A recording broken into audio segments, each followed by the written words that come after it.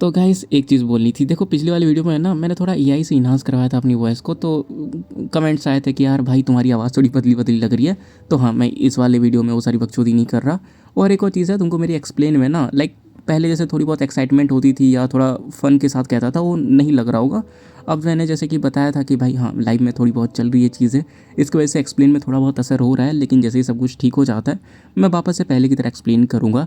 और वैसे भी बाकी सब प्रॉब्लम्स की वजह से मेरे चैनल के भी वाट लग गई है, चैनल बहुत ज़्यादा डाउन चला गया।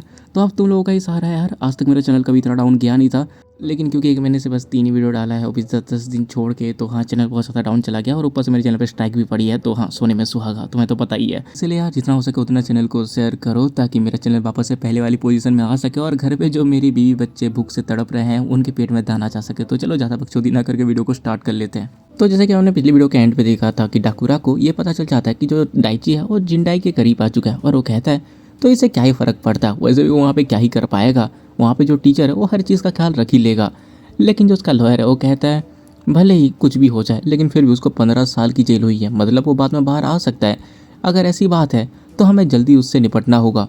और उसके बाद वो लॉयर किसी को कॉल करके एक फेवर मांगता है, और देन हमारा सीन कट होता है और हम वापस से प्रिजन की तरफ देखते हैं, जहाँ पे जो हारुकी है वो बहुत ही ज़्यादा खुश होकर डाइची से बात कर रहा होता है। और तभी अचानक से वो डाइची को पकड़ लेता है और कहता है डाइची हम दोनों बहुत ही ज़्यादा काइंड है, कि मैंने सही कहा ना। और जो डाइची है वो कहता है अच्छा तो तुम्हें ऐसा लगता है। और उसके बाद ना वो हारुकी को बाइक के वहाँ से चला जाता है, जहाँ पे जो पीछे हारुकी था वो भी उसको खुशी से कहता है कि तुम बहुत ज़्यादा अच्छे बंदे हो, हम दोबारा जरूर बात करेंगे।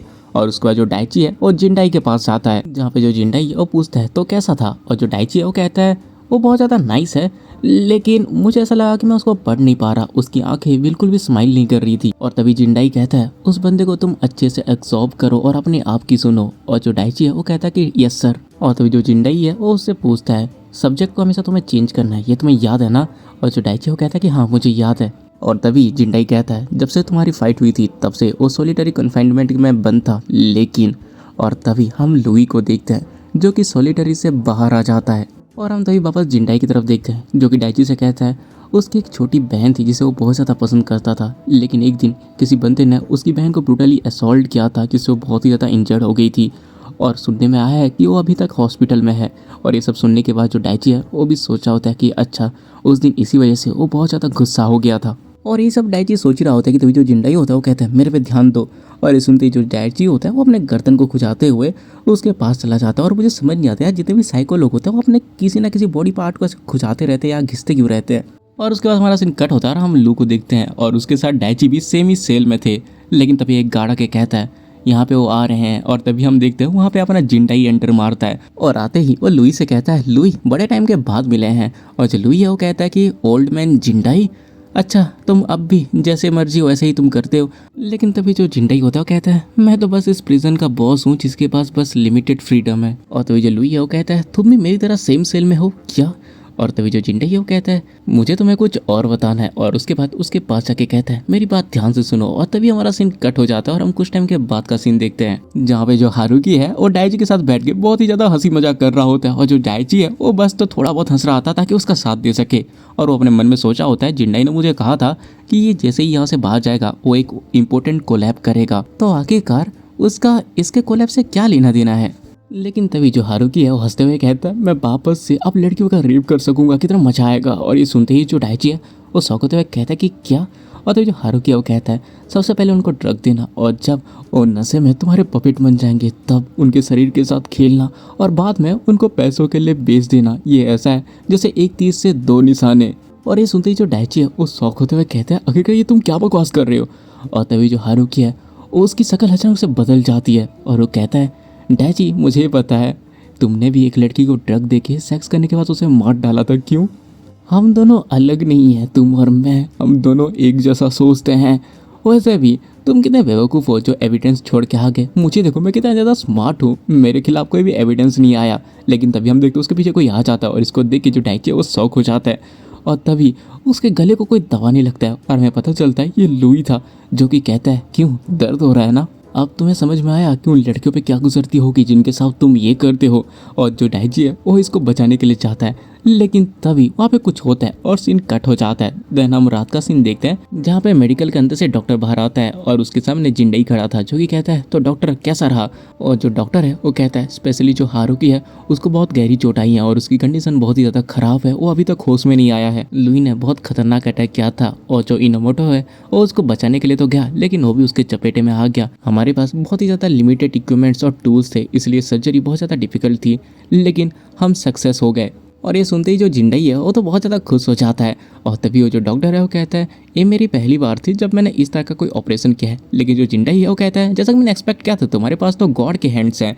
और हम देखते हैं इन दोनों को दूर से ना एक गार्ड छुप के सुन रहा होता है और जैसे ही वो दोनों वहाँ से चले जाते हैं वैसे ही वो गार्ड चुपके से उस रूम के अंदर आ जाता है जहाँ पे ये दोनों लेटे हुए थे। उनके मुंह पे पट्टियाँ बंधी हुई थी जिससे लग रहा था कि उनको बहुत ज़्यादा चोट लगी है।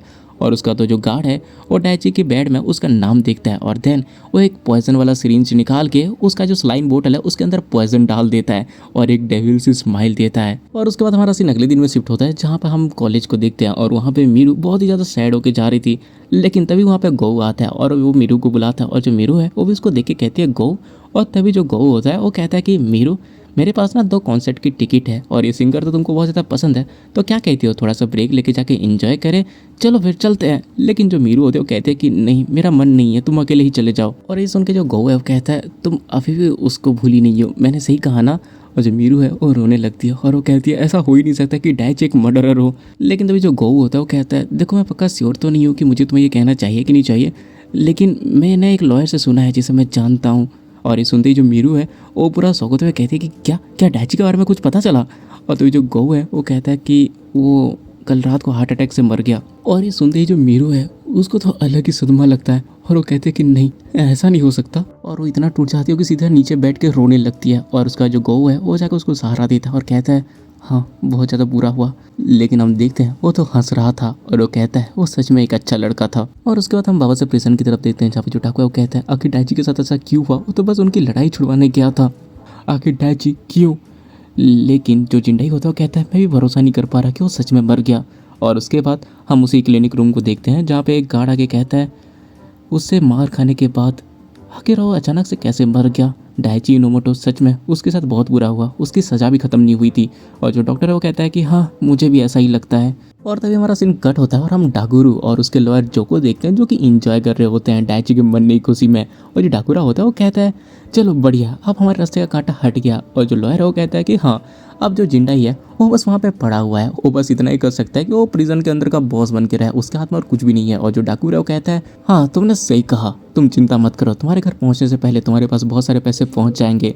और जो लॉयर है वो भी हंसते हुए कहता है अब हमें डरने की कोई ज़रूरत नहीं है। और उसके बाद हमारा सीन शिफ्ट होता है और हम कुछ दिनों के बाद देखते हैं जहाँ पे जो हारुकी है वो जेल से छूट जाता है। और तभी जो जेल का गार्ड होता है वो कहता है तुम्हारी इंजरी अभी तक पूरी तरह से हील नहीं हुई है, इसलिए अपने आप को ज़्यादा पुश मत करना। और जो हारुकी है वो भी अपना सर झुकाते हुए कहता है इन सब के लिए आपका थैंक्स। और तभी वो जो गेट है वो बंद हो जाता है और जो हारुकी है वो आसमान की तरफ देखते हुए कहता है अच्छा तो मैं आखिर बाहर आ ही गया। और उसके बाद हमारा सीन कट होता है और हम देखते हैं जो हारुकी है वो ग्रेवयार्ड में जाता है जहाँ पे वो एक ग्रेव के पास बैठते हुए कहता है मुझे माफ़ कर दीजिए, मुझे यहाँ आने में बहुत टाइम लग गया। और उसके बाद वो अपने फेस से उन पट्टियों को खोलता है और कहता है मेरा फेस थोड़ा सा चेंज हो चुका है लेकिन ये मैं हूँ मॉम। और हम देखते हैं उसके गर्दन में डाइची जैसे 2 तिल होते हैं। और तभी हम उस ग्रेव की तरफ देखते हैं जहाँ पे लिखा हुआ था इनोमोटो फैमिली का ग्रेव। और उसके बाद हमारा सीन पास्ट में शिफ्ट होता है जहाँ पे जो डाइची है वो प्रिजन में था और वो बेड पे बैठा हुआ कहता है क्या तुम कह रहे हो कि मैं मर जाऊँ। और तभी जो जिंडाई है वो कहता है मेरा मतलब इनोमोटो के नाम से तुम्हारी जो लाइफ है उसको तुम एंड कर दो। जहाँ पे जो डॉक्टर है वो उसे बताता है कि हम तुम्हारे इंटरफेस यहाँ तक कि तुम्हारे स्कैल्प तक को चेंज कर देंगे और इस पर्सन से रिप्लेस करेंगे।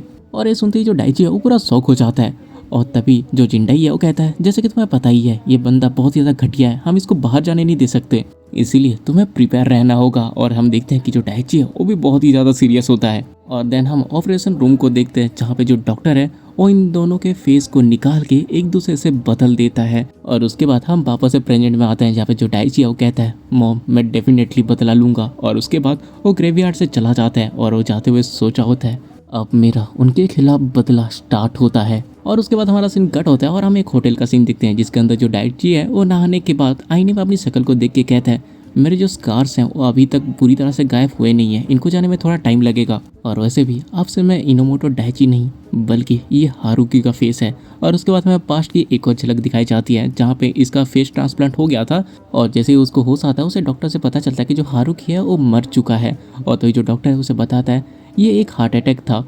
वैसे ये सर्जरी की वजह से नहीं है क्योंकि उसकी कंडीशन पूरा नॉर्मल थी, वो बस मेडिसिन की वजह से सो रहा था। अगर मैं तुमको दूसरे वर्ड्स में बताऊं, और तभी वहाँ पे जिंडाई होता है जो कि कहता है उसे मारा गया है। और ये सुन के जो डाइची है वो शौक होते हुए कहता है कि क्या उसे मारा गया, लेकिन किसने मारा, क्या कोई उससे बदला लेना चाहता था। और तभी जो जिंडाई है वो उसे बताता है जिसने भी उसे मारा है वो उसे नहीं बल्कि वो तुम्हें मारने के लिए आया था डाइची। और ये सुनते ही जो डाइची है वो शौक होते हुए सोचा होता है कि क्या वो इसलिए मारा गया क्योंकि मैंने उससे अपना फेस बदल लिया था। और उसके बाद वो बहुत ज़्यादा गुस्से में कहता है इसका मतलब ये ऐसा है कि उसे मैंने ही मारा है। तो जो डॉक्टर है वो कहता है देखो हमने ये सब एक्सपेक्ट नहीं किया था, ना मैंने ना जिंडाई ने। और तो जो जिंडाई है वो कहता है शायद उसे उसका कर्मा मिल चुका है, जो उसने बाहर किया था उसका फल उसे मिल गया। हम डेफिनेटली ये सब चाहते तो नहीं थे लेकिन उसकी किस्मत में यही था। और तभी डॉक्टर कहता है मैं और जिंडाई तो इस चीज़ का प्लान बना रहे थे कि आखिरकार तुम दोनों का फेस चेंज होने के बाद हम उसको शांत कैसे करें। हालांकि ये सब बातें अभी कोई मैटर तो नहीं करती, लेकिन फिर भी मैंने सोचा कि तुमको बता दूँ। और तभी जो डाइची होता है वो पूछता है तो अब मुझे क्या करना है। और तभी जो जिंडाई है वो कहता है ये ऑब्वियस सी बात है, अब तुम्हें उस बंदे की जगह पे छोड़ दिया जाएगा और उसके बाद तुम अपना बदला ले सकते हो। और तुम इस चीज़ के लिए पिछले 2 साल से अपने आप को तैयार कर रहे थे। और उसके बाद हम वापस से प्रेजेंट में आते हैं जहाँ पे जो डाइची है वो अपने होटल के रूम पे जाता है। और ये वो वाला नहीं होता रूम जहाँ पे छोटे छोटे रूम्स होते हैं बस सोने के लिए, वैसा वाला होटल था। और उसके अंदर जाता है और वहाँ पे ना वो उसके सारे सामान को देखता है। जहाँ पे जो डाइची है वो उसके फ़ोन को देख के कहता है अच्छा तो इस बंदे ने फ्रीजन के अंदर ही फ़ोन खरीद लिया था, आई थिंक इसे देख के कुछ फ़ायदा मिलेगा भी नहीं। और उसके बाद वो उस फ़ोन के स्क्रीन में अपने फेस का रिफ्लेक्शन देखता है और वो सोचा होता है अब मैं डाइची नहीं रहा। देन उसके बाद उसको ना उसकी सारी बातें याद आती है कि वो लड़कियों के बारे में क्या क्या सोचता था। और उसके बाद वो लेट जाता है और लेटते हुए सोचा होता है तुम चिंता मत करो, तुम्हारे फेस को अब मैं अच्छे से यूज़ करूँगा। और उसके बाद हमारा सीन कट होता है और हम ग्रैंड होटल टोक्यो को देखते हैं जिसके अंदर डाइची आया हुआ था। और उसके बाद अपनी घड़ी को देख के वो कहता है जगह और टाइम ये तो पूरा ठीक है। और उसके बाद उसको जिंडाई की बातें याद आती हैं कि उसने कहा था कि इस होटल पे इसी टाइम और इसी दिन उसे आना है। और तभी वहाँ पे एक बंदा आता है और चेयर पे बैठ के कहता है क्या तुम प्रेसिडेंट के आदमी हो। और ये सुनते ही जो डाइची है वो कहता है हाँ जिंडाई ने मुझे कहा था, लेकिन तभी वो जो बंदा है वो कहता है पासवर्ड। और इतना सुनते ही जो डाइची है वो कहता है हाँ बेबी को बेस पसंद है। और ये सुनते हो जो बंदा है वो कहता है कि अच्छा मतलब तुम्हें पसंद है वो चीज़, मेरा नाम साटो है। और उसके बाद वो दोनों बैठ जाता है जहाँ जो डाइची है वो पूछता है आखिर प्रेसिडेंट के साथ तुम्हारा क्या लेना देना है। और वो जो बंदा है वो कहता है जब वो बाहर थे तो उन्होंने मेरी बहुत मदद की थी, वो एक ऐसे पर्सन है जिनके बहुत ज़्यादा एनिमीज़ हैं लेकिन फिर भी उनके पास कुछ एलायंस भी हैं। और उसका तो उसको एक पैकेट और एक पासपोर्ट देता है जिसको जैसे ही डाइची खोलता है उसे पता चलता है अब से उसका नाम है कुरिसु फुयुटो। और ये देख के वो भी थोड़ा शौक हो जाता है और वो सोचा होता है ये तो एक नया नाम है। और तभी वो जो बंदा है वो जाते हुए कहता है वेल अपना बेस्ट करना। और ये सुनते ही वो भी उसको थैंक्स कहता है। और उसके बाद तो उस पैकेट को खोलता है जिसके अंदर कुछ पैसे और एक फ़ोन था। और उसके बाद उसको जिंडाई की एक बात याद आती है जहाँ पे उसने कहा था अब मैं तुमको ये सिखाऊंगा कि आखिरकार थोड़ा थोड़ा करके क्रिप्टो करेंसी को कैसे तुम कैश में कन्वर्ट कर सकते हो। और ये सुन के जो डाइची है वो उससे पूछता है कि आखिरकार तुम मेरे लिए इतना दूर क्यों जा रहे हो, तुम मुझे मेरे बदला लेने में भी मदद कर रहे हो, तो आखिरकार इसके एक्सचेंज में तुम्हें क्या चाहिए जिंडाई। लेकिन जो जिंडाई है वो एक स्माइल देते हुए कहता है मेरा जो गोल है वो तुम्हारे बदले से भी बहुत अलग है। और उसके बाद हम वापस से प्रेजेंट में आते हैं जहाँ पे जो डाइची है वो सोचा होता है जिंडाई इन सब के लिए तुम्हारा थैंक्स। और उसके बाद हम रात का सीन देखते हैं जहाँ पे जो अपना डाइची होता है वो एयरपोर्ट पे आता है। और जब वहाँ पे चेकिंग होती है तब भी उसको कोई पहचान नहीं पाता। ऊपर से वो कहते हैं कि आपकी जर्नी बहुत ज़्यादा अच्छी हो मिस्टर कुरिसु। और जब अपना डाइची है वो भी उसको थैंक्स करके प्लेन में बैठ जाता है जहाँ पे अनाउंसमेंट होता है कि कुछ टाइम में प्लेन उड़ने ही वाला है, अपने सीट बेल्ट पहन लीजिए। और जो अपना डाइची है वो अपने विंडो के बाहर देखते हुए सोचा होता है मेरे पास अब 3 टारगेट हैं जिनसे मुझे बदला लेना है। सबसे पहले मैं उनकी लोकेशन पता लगाऊंगा, उनके रिश्ते, उनकी हकीकत और उनके पास मौजूद कितने एसेट्स हैं। मैं हर एक चीज़ के बारे में पता लगाने वाला हूँ, हर छोटी से छोटी डिटेल्स तक मैं जाऊँगा, जहाँ हो सके वहाँ। ख़ास तौर पर उस इंसिडेंट के बारे में जो कि 2 साल पहले हुई थी, सहायिका की मौत जिसका इल्ज़ाम मेरे ऊपर थोपा गया था। मैं इस झूठे और धोखे का पूरा सच सामने लाऊंगा। मैं उन लोगों को उन अंधेरी गहराई में ढकेलूँगा जहाँ पहले मैं था, लेकिन उससे भी 100 गुना ज़्यादा तकलीफ़ दूंगा। मैं उनको असली दर्द का मतलब सिखाऊंगा और इस मकसद को पूरा करने के लिए मुझे चाहिए फंड्स और कुछ गिने चुने लोगों की मदद। सबसे पहले मुझे अब्रॉड जाना होगा जहाँ से मैं वो पैसे वापस लाऊंगा जो जिंडाई ने मेरे भरोसे पे दिया था, क्रिप्टो करेंसी जिनकी टोटल वैल्यू 50 बिलियन येन है। और इसी के साथ अपना ये जो एपिसोड है ये खत्म हो जाता है। देखो मुझे पता है कि वीडियो थोड़ी छोटी है, लेकिन तुम चिंता मत करो, कल इसका अगला एपिसोड फिर आ जाएगा। मतलब हाँ, अभी मैं रेगुलरली वीडियो डालूंगा क्योंकि मजबूरी है, चैनल के लग चुके हैं जैसे मैंने स्टार्टिंग में बताया था, तो रेगुलरली वीडियो डालना ही पड़ेगा। और जहाँ तक मुझे लग रहा है कि कल की वीडियो इस सीरीज़ का एंड वीडियो होगा, क्योंकि उसके आगे के चैप्टर्स नहीं आए हैं, तो जितने भी अभी बचे हुए हैं ना वो मैं कल ही एक्सप्लेन करके तुम्हें दे दूंगा। और उसके बाद वापस एक न्यू सीरीज स्टार्ट होगी जो कि एक लंबी सीरीज़ है जिसके 100 से ज़्यादा चैप्टर्स हैं। तो हाँ, उसका अच्छा खासा तुमको कंटेंट मिल जाएगा, क्योंकि मैंने सोच रखा है उस सीरीज़ के लाइक 20-20 मिनट के रोज़ मैं वीडियो अपलोड करूंगा। जैसे कि मैंने वो जब कल्टीवेशन वाली सीरीज़ नहीं थी क्या, जहाँ पे वो लोगों के बाबूराव को पकड़ लेता है, हाँ उसी की तरह लाइक रोज़ वही 20-27 मिनट की वीडियोस आएंगी। और उसको भी मैं ट्राई करूंगा कि लाइक 1 महीने के अंदर ख़त्म कर दूं। मतलब हाँ, अब से रेगुलरली होने का मैं पूरा ट्राई करूंगा, क्योंकि मजबूरी है, घर पे भी बच्चों का भी खर्चा पालना होता है भाई। तो चलो, अब ज़्यादा कुछ बोलने को बचा नहीं है। तो अगर तुमको वीडियो पसंद आई है तो तुम्हें पता है क्या करना है, लाइक मारो, सब्सक्राइब मारो, प्यार से कमेंट कर दो, और जितना हो सके उतना वीडियो को शेयर करो। तो मिलते हैं अगली वीडियो में, तब तक के लिए बाय।